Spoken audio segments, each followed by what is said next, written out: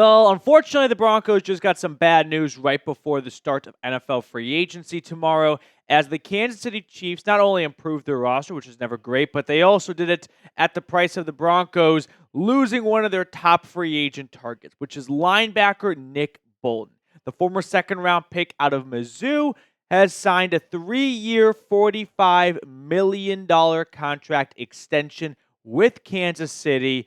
And the Broncos, who were rumored to be interested in Zack Baun from the Eagles and Nick Bolton from the Chiefs, have now struck out before they even stepped up to the plate for reportedly some of their top free agent targets. And that's a bummer.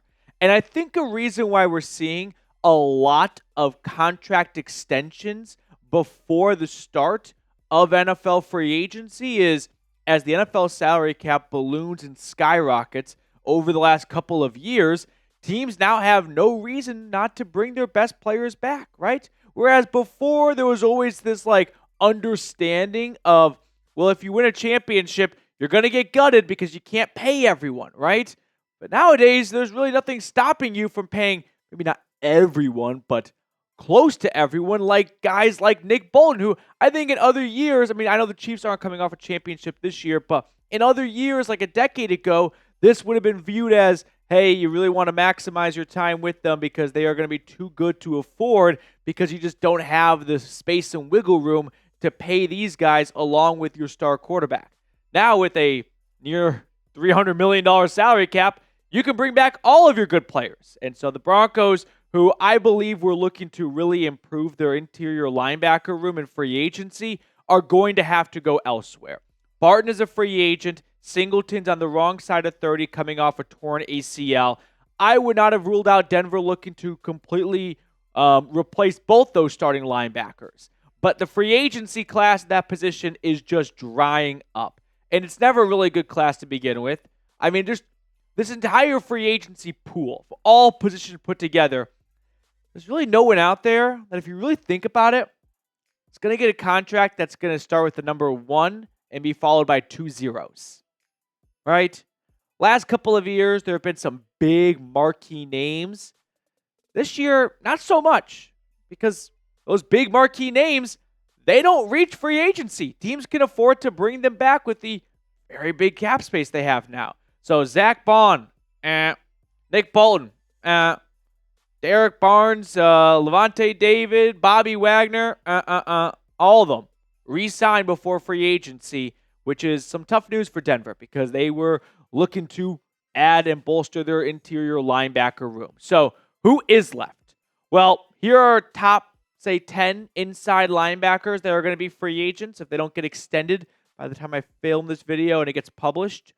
Jermaine Sherwood, Willie Gay, Isaiah Simmons, Devin Bush, Kaiser White, Devin White, Dre Greenlaw, EJ Speed, Robert Spillane, Ernest Jones. If I had to highlight 2 to keep a close eye on, I would go with the Jets' former 4th or 5th round pick, Jermaine Sherwood. Quick fun fact about him, by the way, Sherwood's his middle name. It's actually Jermaine Sherwood Lovehead. So he's a name to watch for. 158 tackles. Some of you got that. Some of you definitely didn't. 2 sacks and 10 tackles for loss. This was his first time being, this past year, a true every game starter for the Jets, and he blossomed in that role. You look at the numbers he put up in 2021 to 2023, day 3 draft pick, help out on special teams. Every so often you get to go in, but now this past season he was viewed as a true every down linebacker, a starter for this team from start to finish, and he put up some really good numbers. So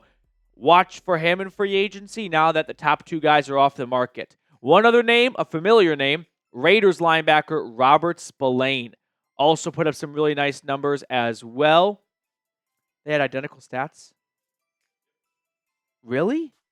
No way. I thought we had a mistake in I was going to stop the show. They had identical numbers. That's insane. 158 tackles, 10 tackles for loss, 7 pass breakups. That's bonkers to me.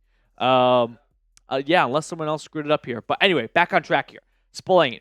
Zach Stevens, who does a great job of covering the team from DNVR, he highlighted these 2 names as guys to watch for. So if you're looking for maybe an early signing contender, if you want to make a bet with your friends as to who the Broncos are going to sign first, I won't say put the house on these guys, but put them in the back of your head and maybe move up to the front of your head. Spillane and Sherwood.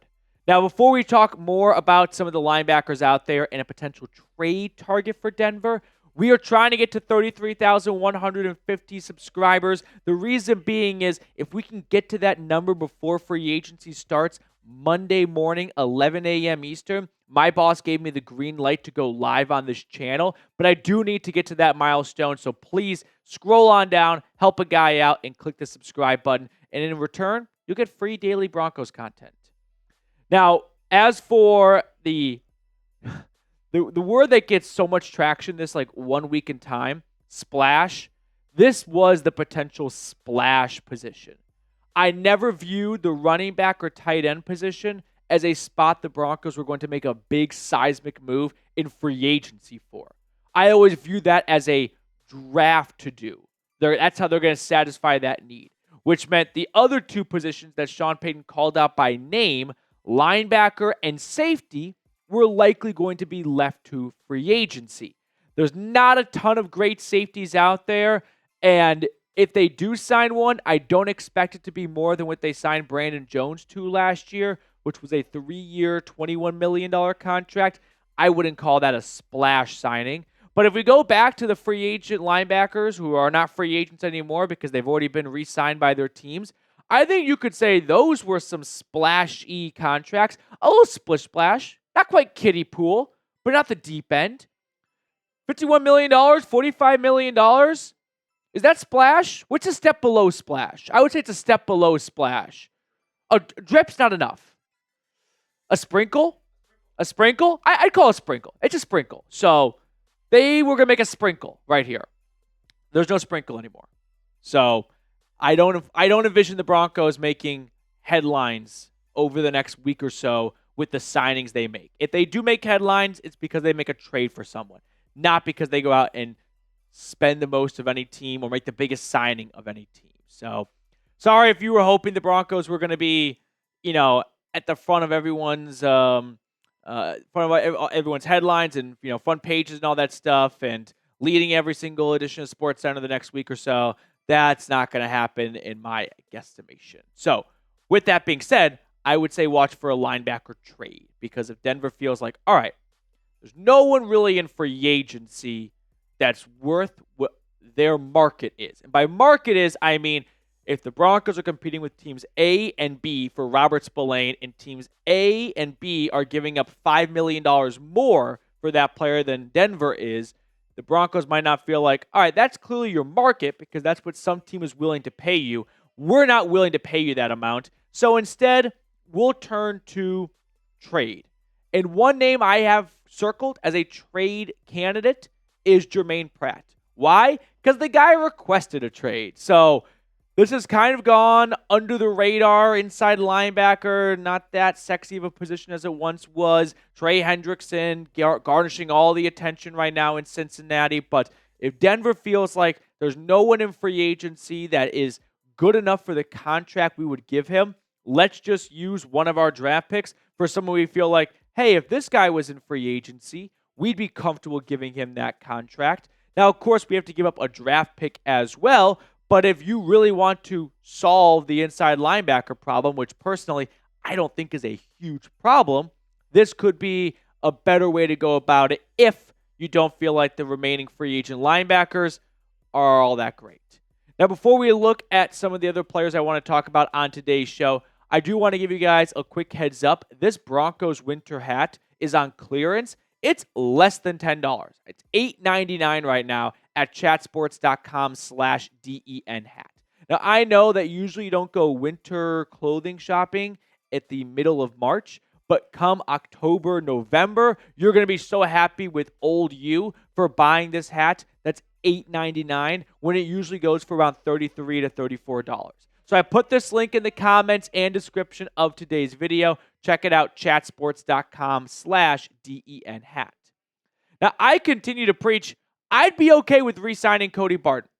I feel like there was some blood in the water that Denver wants to make a splash, a sprinkle, a drip at the free agent linebacker position, and everyone quickly went out with the old and with the new.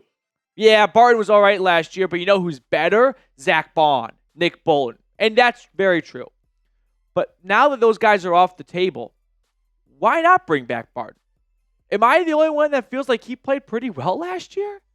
Alex Singleton goes down in week 3.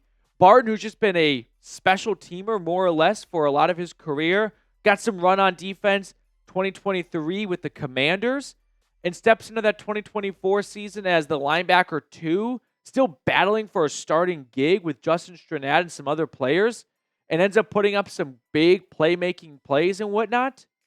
Yeah, I don't mind bringing back Barton. Plus, I don't mind running it back with Alex Singleton. Yes, he's coming off a torn ACL. Yes, he's a little bit old for coming off a torn ACL. But he's still a really good football player the last time he did play. And he was good to open up this season. 2023, I know, 2 years ago, but still, 177 tackles, 2 sacks, 6 tackles for loss, 4 pass breakups. You could save $7 million by moving on from him. But is this really the time to start tearing down your inside linebacker room when you're striking out on your top free agent targets before you even get to the plate? It'd be one thing if you were able to sign Nick Bolton or Zack Baun. You're like, well, since we signed this player, we don't want to have this much of our cap space devoted to inside linebacker, so we're going to have to remove Singleton from the equation. But you didn't get those guys.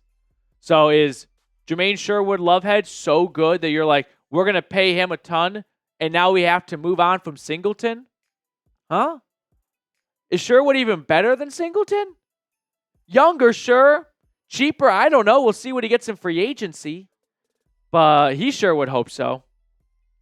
I don't mind running it back with Singleton and Barton. If Singleton's rehab is going well, which I think all signs are pointing to yes. I haven't heard any bad news, and no news is usually good news on those things during the offseason. I've got no real qualms with, hey, I know it's not the big, fun, splashy addition we were hoping to make, but it's not a bad plan B. Before we sign off, name a random Broncos linebacker. We did this one a while ago, but it felt the only thing appropriate for today since we're talking all about linebackers. So I not usually come prepared by half the time. I did not come prepared this time, and I've got mine. And if you're thinking that I'm going to say your player, you're absolutely correct, because I am about to say his name in 3, 2, 1. Brandon Marshall. Everyone was thinking he's not going to say he's going to say Brandon Marshall the moment he said that. Brandon Marshall, the other Brandon Marshall. So appreciate everyone for watching. Make sure to subscribe to the channel because free agency gets started on Monday at 9 a.m. Mountain Time, 10 a.m. Central Time, 11 a.m. Eastern Time. And then officially the new league year begins Wednesday at 2 p.m. Mountain Time. So don't miss a single thing with all the signings happening over the next 72 hours when you're subscribed to the channel.